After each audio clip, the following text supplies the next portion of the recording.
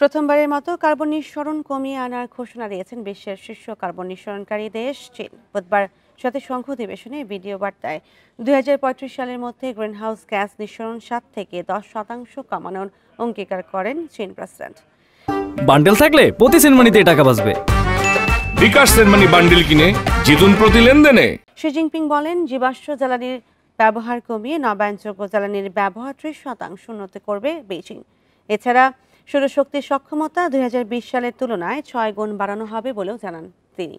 এক্ষেত্রে লক্ষ্য নির্ধারণ করা হয়েছে 3.6 বিলিয়ন কিলোওয়াট সৌরশক্তি উৎপাদন করা। এদিকে বনভূমির পরিমাণ 24 বিলিয়ন ঘনমিটার বাড়ানোর পাশাপাশি নতুন যানবাহনে নবায়নযোগ্য জ্বালানির ব্যবহারের আশ্বাসও দিয়েছেন চীনা প্রেসিডেন্ট। শি জিনপিং এমন সময় কার্বন নিঃসরণ কমানোর ঘোষণা দিলেন যখন জলবায়ু পরিবর্তনকে প্রতারণামূলক কাজ অভিহিত করেছেন মার্কিন প্রেসিডেন্ট।